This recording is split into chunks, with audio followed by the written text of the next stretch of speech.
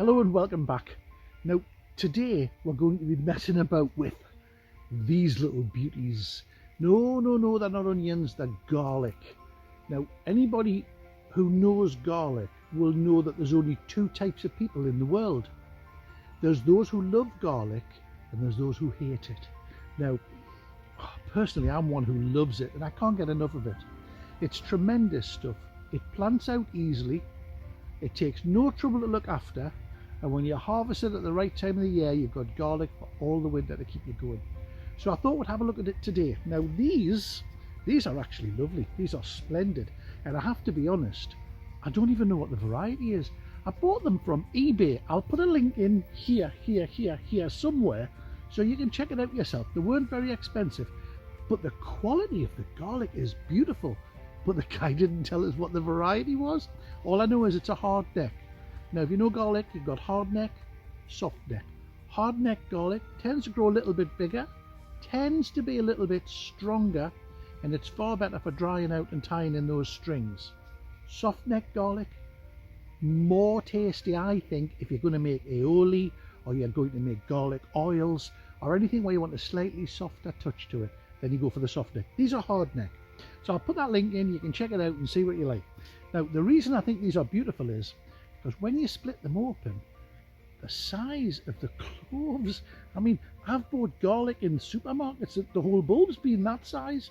These are marvellous. I can't wait to see what they do.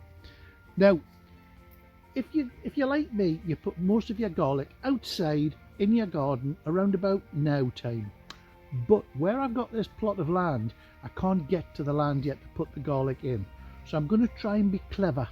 I've put a few in the polytunnel to give me some early garlic, and then I'm going to put some into trusty toilet roll centres.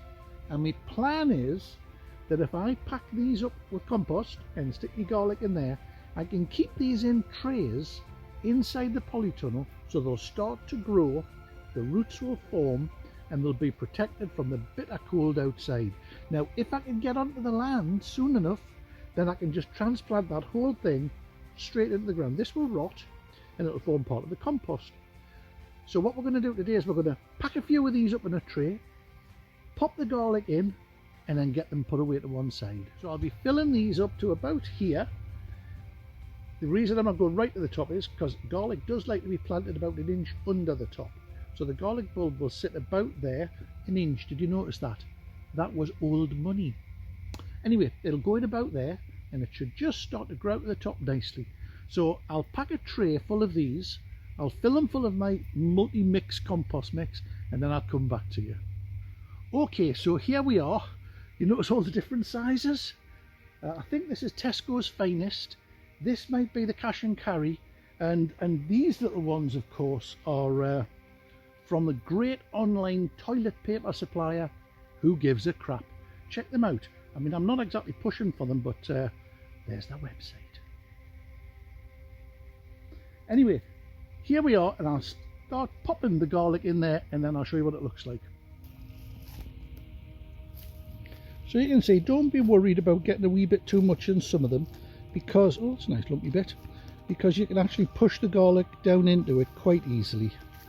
So don't be shy in getting it in. The more grown medium that you have in there, the better it is for your garlic. Also better for your garden in the long run because it means you're putting a wee bit more compost in.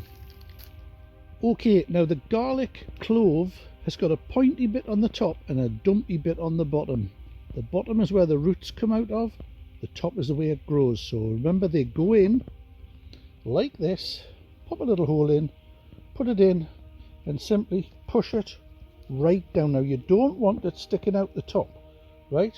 I want to be able to put some compost on the top like that and bury it completely. So we'll take a few of these beautiful cloves and we'll just pop them in there, pop them in, and if there's not enough soil in, just top it up. I say soil, but it's my own homemade peat-free compost mix, and I make this by adding some of the worm castings from my worm farm with spent compost from my tomatoes from the previous year. A little fish blood and bone goes in there as well, and that's about it really. maybe a little bit of fresh compost if I've got some lying around, you know. I buy in bulk, I say in bulk, I buy a whole load from B&Q because it actually works out cheaper buying 1,000 litres from B&Q than it does having a 1,000 litre bag delivered.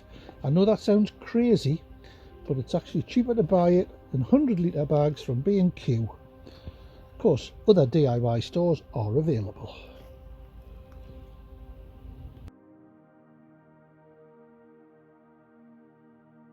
Well, that's it. As you can see, well filled in. Now I'll put them to one side out the way. I'll probably keep them up off the ground a wee bit on one of the raised beds. I'll give them a good drink of water and keep an eye on them so they don't dry out too much. And of course, the most important thing with all of these things is remember to put a stick on it.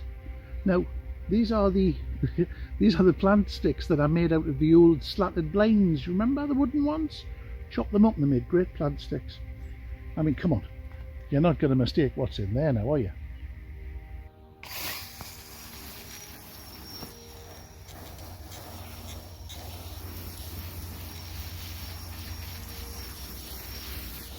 Now remember, give them a really good drink to start with and then leave them alone. Don't overwater them or they will rot, I guarantee. Now, I know there were a few of you who were a bit concerned that maybe the cardboard on these wouldn't rot and that the roots would be retarded in some way and that the garlic won't grow. But if we have a look at this one here, you can see that in actual fact the roots just punch straight through the cardboard as it starts to break down.